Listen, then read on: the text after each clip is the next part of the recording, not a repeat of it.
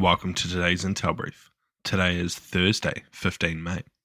I'm your host Daniel, and today we're going to be talking about Putin skipping the peace talks in Turkey, Germany aiming to have the strongest military in Europe, and India has blocked Chinese and Turkish news from X.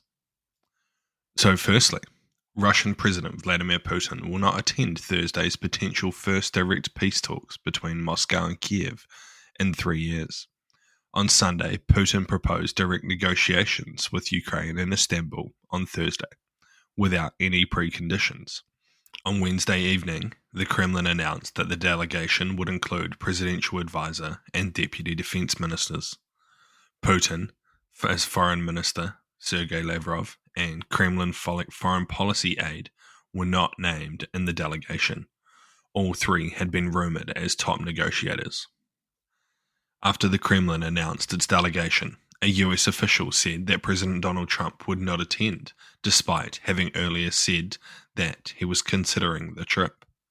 Meanwhile, a Ukrainian official said that Ukrainian President Volodymyr Zelensky was on his way to Turkey. Earlier, Zelensky said he would only take part in negotiations if Putin was present.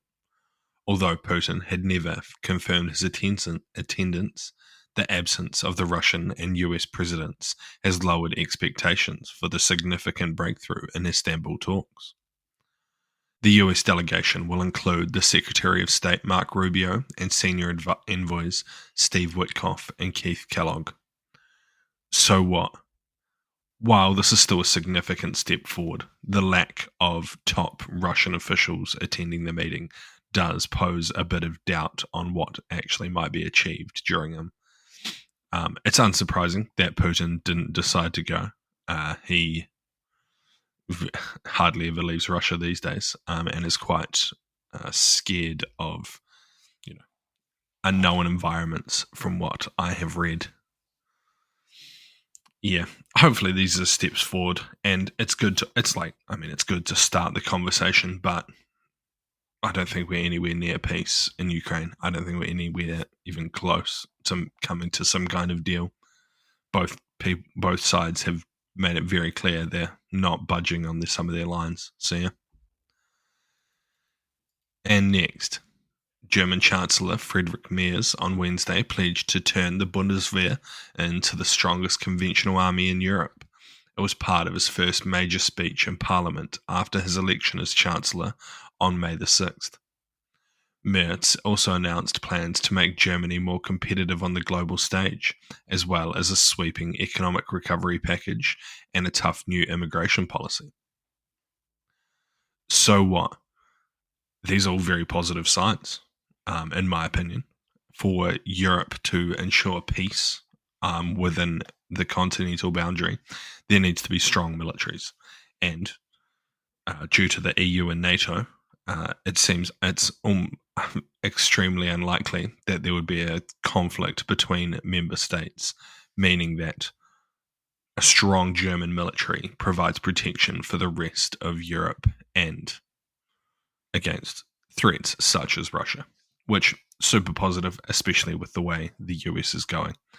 Additionally, the mentions of a tough immigration policy are also positive, as that is a massive voting point within Germany and is seeing record support go into the AfD. So if centrist parties aren't kind of cracking down on this, they're just going to keep losing votes to far-right parties who can just say outlandish shit. And lastly, the X accounts of Chinese state news agencies and Turkish news agencies were blocked in India as of Wednesday afternoon local time. The blocked accounts come as India claims misinformation is being spread by foreign media outlets about last week's military clashes with their arch-rival Pakistan. India and Pakistan reached the brink of war last week, with the two nuclear-armed nations exchanging missile and drone and shell fire.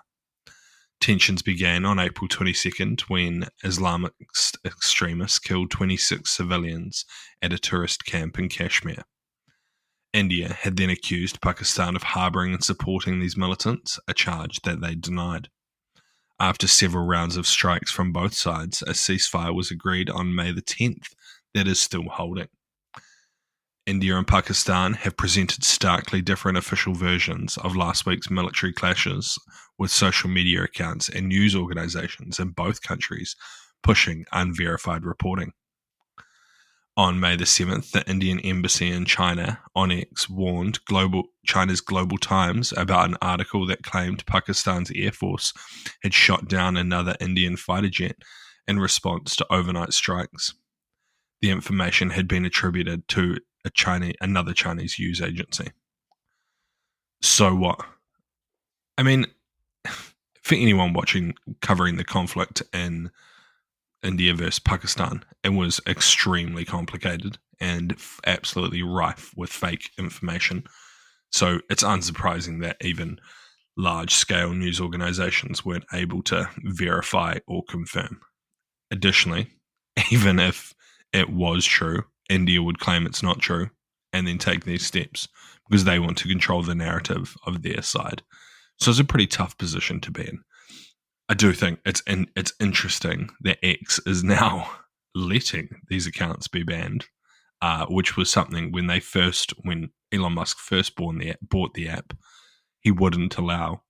But now it just seems par for the course. I presume if he doesn't ban these apps, then they'll just ban X in India, which is obviously a massive, massive user base.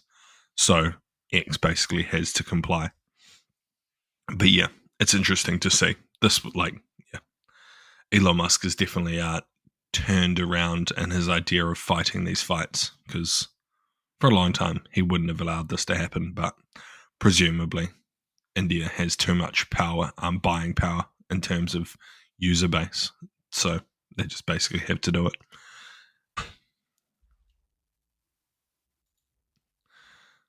Also, this is just a bit shit from India because this is just par for the course. Like, shutting down news agencies from reporting on things, on conflicts within your country, is a bit of a bad look. But, this is the world we live in now.